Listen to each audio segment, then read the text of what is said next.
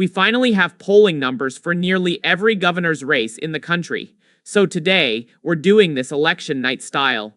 Walking through the map in the exact order polls actually close, so you can watch it color in from coast to coast, just like it would on November 3rd. Let's go. 7 p.m. Eastern Vermont, South Carolina, and Georgia. Vermont's Phil Scott coasts to a fifth term, up 10 in the polling average, smaller than his 52-point 2024 landslide, but still comfortable. Likely red. South Carolina's Alan Wilson, fresh off beating Pamela Yvette in the primary, leads Democrat Jermaine Johnson by roughly 10.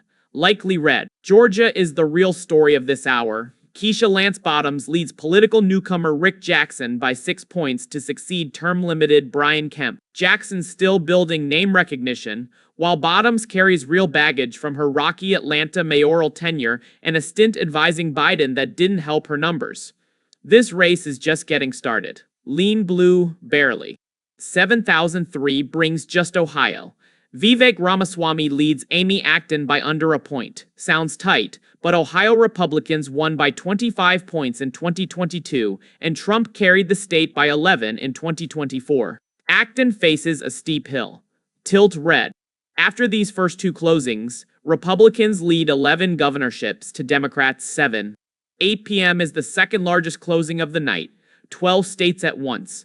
Florida sees Byron Donalds, the overwhelming GOP primary favorite at 98% odds, leading David Jolly by 4. That's closer than DeSantis' 20.222 win, but a much better GOP number than his razor-thin 2018 victory. Florida's rightward drift makes a Democratic win essentially unreachable. Lean red. Alabama's Tommy Tuberville leads Doug Jones by 10 in their Senate rematch, tighter than his 20-point 2020 win, but still a clear Republican path. Likely red. Tennessee's Marsha Blackburn is up 22 over Jerry Green, not competitive. Solid red. Oklahoma's Mike Mazzei should win by 20 to 30 once he clears his runoff. Solid red.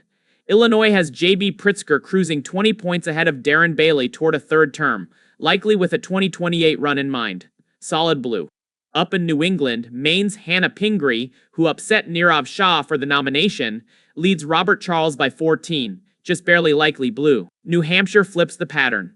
Despite Harris winning it by under 3 in 2024, the state has elected Republican governors for a full decade running, and Kelly Ayotte leads Cindy Warmington by 7.3 toward a second two-year term. It would be a shock if she lost. Likely red. Massachusetts, Maura Healey is up 23, not a contest. Solid blue.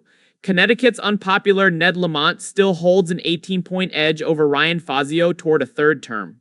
Solid blue. Rhode Island's incumbent Dan McKee isn't even favored in his own primary. Helena Foulkes leads him there by nearly 15 points, sitting at 90% odds to win the nomination, and would beat a Republican by 10 to 15 in November. Likely blue. Pennsylvania, which almost never unseats sitting governors, gives Josh Shapiro a 20-point lead. Solid blue. Maryland has no polling yet, but Westmore is a near certain lock for a second term. Solid blue. After this massive hour, Republicans hold 16 governorships, Democrats 14. 8003 brings only Arkansas. Sarah Huckabee Sanders wins a second term without real opposition. Solid red. 9 p.m. is the biggest closing of the entire night. 13 states simultaneously. South Dakota's Larry Roden, who overcame skepticism to win his primary after replacing Kristi Noem, wins his first full term by around 30.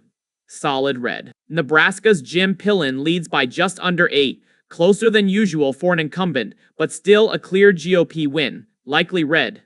Wyoming is automatic for Megan Degenfelder succeeding Mark Gordon in the country's most conservative state, solid red. Kansas is our headline flip of the night. Term-limited Laura Kelly, who won re-election by just 2.2 points in 2022, leaves an opening. Democrats nominate Cindy Holscher. Republicans go with Ty Masterson, who sits at roughly 62% odds to flip the seat back to the GOP. Lean red, the most likely flip on the entire map. Colorado's Phil Weiser, who beat Michael Bennet in the primary, should beat his Republican opponent by around 10 succeeding term-limited Jared Polis. Likely blue. New Mexico gets surprisingly close. Deb Haaland leads Republican Greg Hull by just 3, far tighter than expected. Lean blue. Arizona's Katie Hobbs, who won her first term by a mere 0.7 points in the closest governor's race of the last cycle, is now up 5.5 over Andy Biggs in a state Trump carried by 5.5 in 2024. Just barely likely blue. Texas has Greg Abbott chasing a historic fourth term, up 6-1 and cruising toward becoming the state's longest-serving governor ever. Unseating a three-term incumbent is brutal, and unlike Texas's nail-biter Senate race, the governor's race isn't close at all, likely red. Into the Midwest, Minnesota's Amy Klobuchar, leveraging 2 decades of Senate goodwill, leads Lisa DeMuth, who beat Mike Lindell in the GOP primary by 8.8. Likely blue. Iowa might be the biggest surprise of the whole cycle. Democrat Rob Sand leads Republican Zach Lane by 4.7, a stunning contrast to Kim Reynolds' 20-point 2022 win and Trump's 13-point 2024 victory there. Iowa polling has a documented habit of overstating Democrats. 2024 polls infamously had Harris competitive there before she lost by double digits, so I still lean toward Lane pulling this out. But based on the numbers alone, lean blue. Wisconsin just had genuine chaos in its primary. David Crowley shocked Francesca Hong, who'd held a 23-point polling lead, winning by just half a point and fracturing the party in the process. Meanwhile, Republican Tom Tiffany cruised through unopposed. In general election polling, Tiffany leads by just 0.2, the single closest race in the country. Tilt red, a real potential GOP flip. Michigan tightened significantly after independent Detroit Mayor Mike Duggan dropped out mid-race. He'd been pulling votes mainly from Democrat Jocelyn Benson. With him gone, Benson now leads Republican John James by 4.6 to replace retiring Gretchen Whitmer. Lean blue. New York's Kathy Hochul saw her once massive 22-point lead cut roughly in half to 11.7. Still comfortable, but a race that's tightened meaningfully since her narrow 7-point win 4 years ago. Likely blue. After this enormous 9 p.m. hour, Republicans lead 23 governorships to Democrats' 21. 10 p.m. brings just Nevada.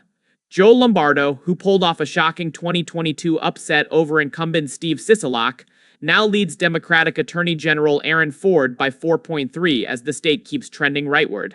Lean red. 11 p.m. finishes the continental map. Idaho has no polling yet, but Brad Little wins a third term by likely 30-plus points without any real contest. Solid red. Oregon is a genuine nail-biter. Tina Kotek, who won by just 3-4 in 2022, now leads Christine Drazan by only 0.8. She's still the favorite, but Drazan winning wouldn't shock anyone. Tilt blue, definitely a race to watch all night. California's Xavier Becerra should beat Steve Hilton by roughly 25 points to succeed Gavin Newsom. Solid blue. That leaves Hawaii, closing at midnight, and Alaska at 1 a.m. No general election polling yet for either, but both are fairly straightforward calls based on market odds. Democrats sit at 99% in Hawaii, Republicans around 85% in Alaska. Hawaii solid blue, Alaska likely red. So here's the final tally on the 2026 governor's map based on the latest polling averages. Republicans win a majority with 26 governorships, Democrats finish with 24. But don't mistake that final number for a boring night. Georgia, Kansas, New Mexico, Arizona, Wisconsin, Michigan, and Oregon are all sitting in lean or tilt territory, meaning any one of them could flip the actual outcome once real votes replace polling averages. Watch those 7 states closely. That's where this map either holds exactly as projected or gets rewritten in real time. Let me know in the comments which of these races you think breaks the other way on election night. See you in the next one.